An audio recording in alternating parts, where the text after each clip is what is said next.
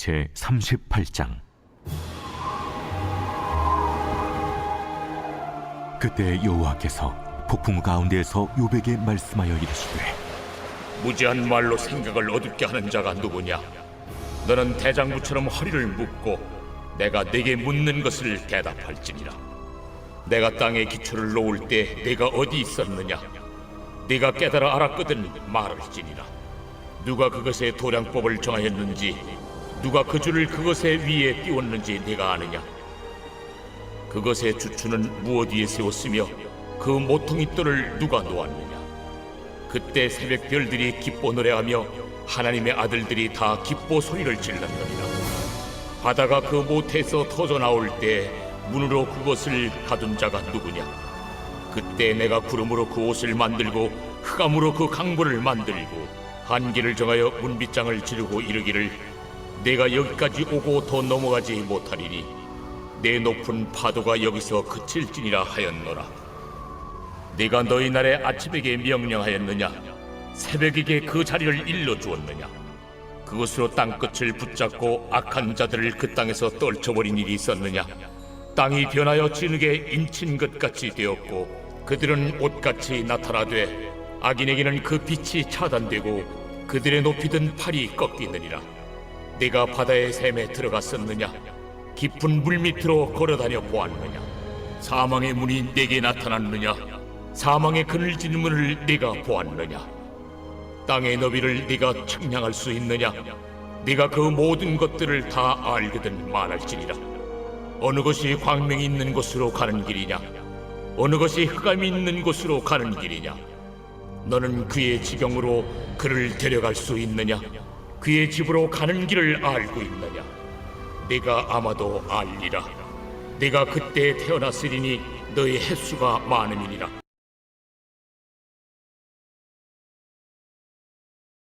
오늘 본문 말씀에서는 하나님께서 욥에게 응답하시는 말씀입니다.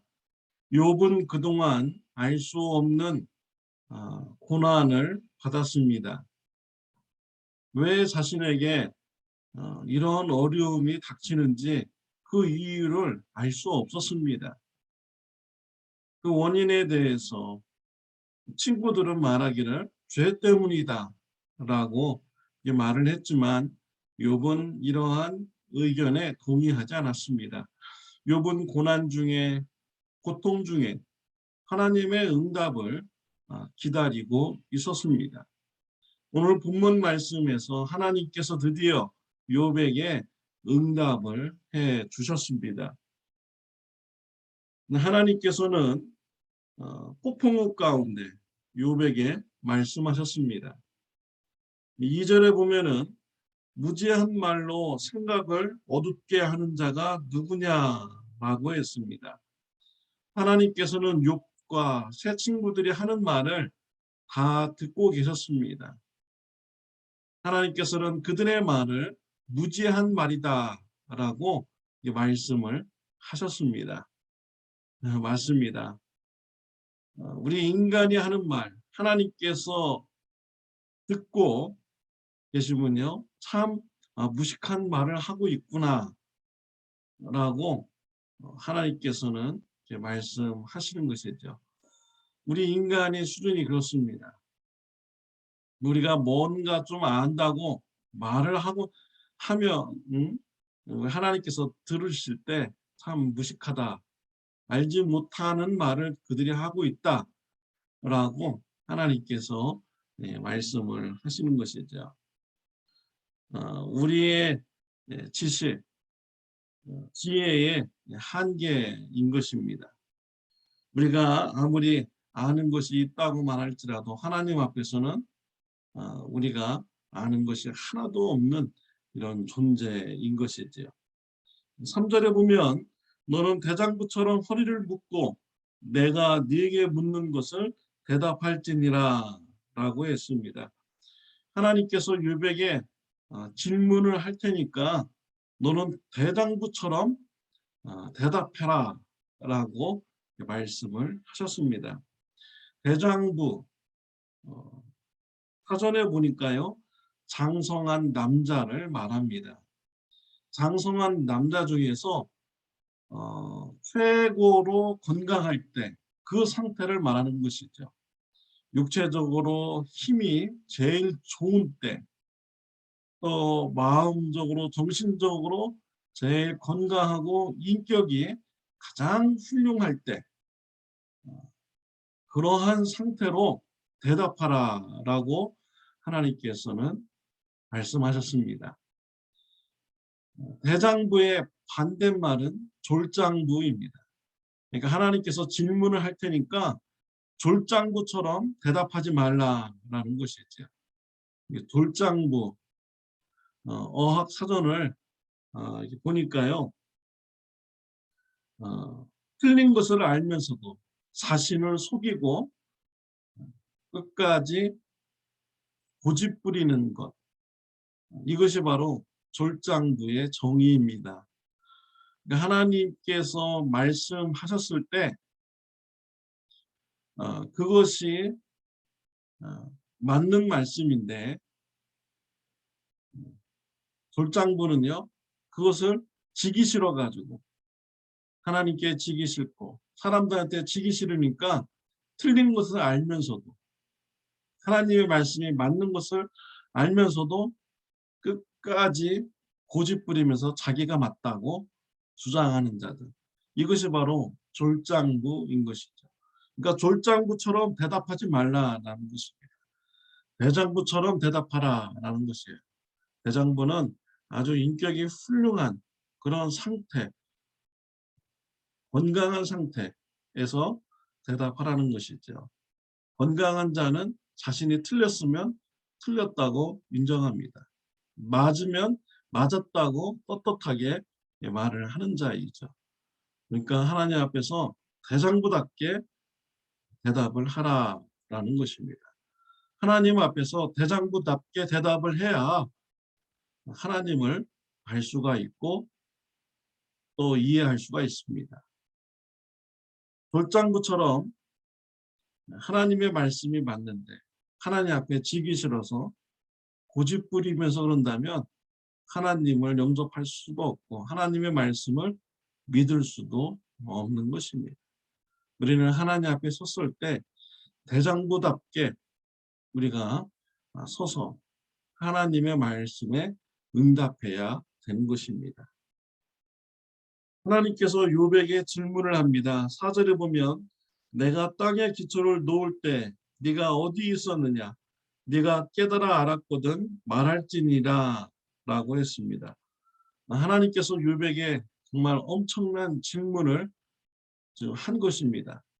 땅에 기초를 놓을 때 네가 어디 있었느냐? 땅에 기초 놓는 것을 네가 깨달았다면 말하라 라고 하나님께서 질문을 하신 것입니다. 아이고, 이러한 질문에 우리 인간이 어떻게 대답을 할 수가 있겠습니까? 어느 누구도, 어느 과학자도 이러한 질문에 대답을 할 수 없는 것입니다. 이것이 바로 우리 인간의 한계인 것이죠. 하나님께서는 땅에 기초를 놓으시고 땅을 세우신 분이 바로 우리 하나님이신 것입니다. 우리 인간이 이해할 수 없는 이런 영역에 계신 분이 바로 우리 하나님이신 것이죠.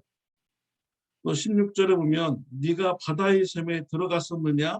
깊은 물밑으로 걸어다녀 보았느냐라고 물어보셨습니다. 바다의 깊은 곳 우리 인간이 들어갈 수 없습니다.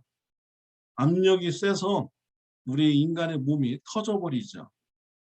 우리 인간은 깊은 바닷속에 들어갈 수가 없습니다. 그러니 우리가 어떻게 깊은 바닷속에 밑에 있는 이 샘물을 우리가 걸어다닐 수가 있겠습니까? 그런데 하나님께서는 깊은 바닷속 그 밑에 있는 샘물까지도 걸어다니시는 분이 바로 우리 하나님이신 것이죠.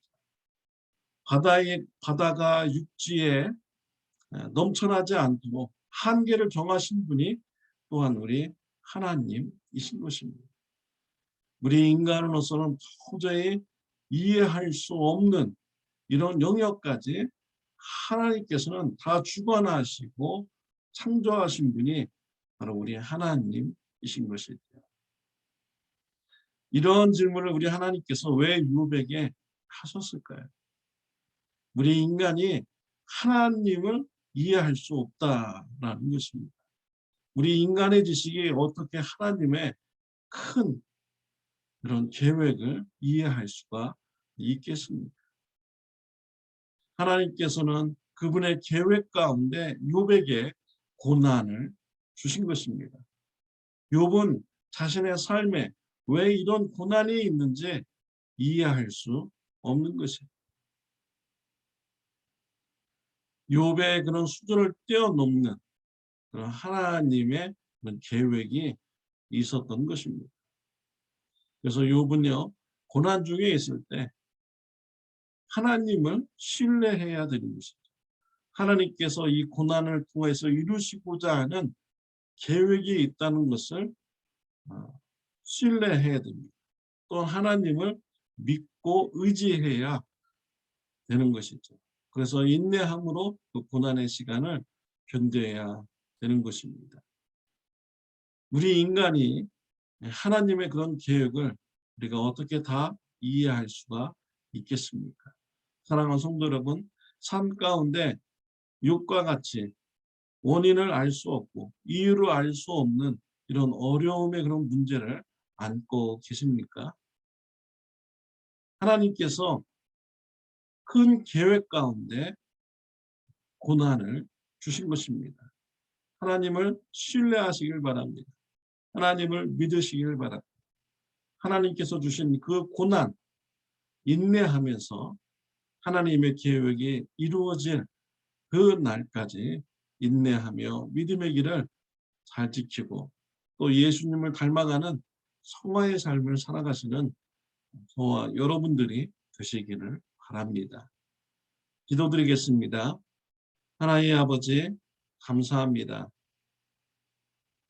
우리가 하나님의 계획을 온전히 어떻게 이해할 수가 있겠습니까? 하나님, 우리 삶 가운데서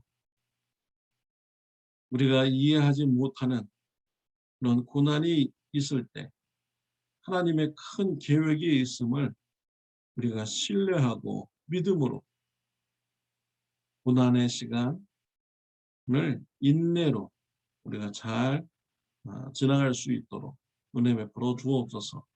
예수님을 닮아가는 성화의 삶으로 인내의 시간을 가질 수 있도록 주님 축복하여 주옵소서. 또한 굳건한 하나님을 향한 믿음을 붙잡고 어려운 시기를 하나님의 은혜 가운데 넘길 수 있는 귀한 은혜가 있게 하여 주옵소서. 예수님의 이름으로 기도드렸습니다. 아멘.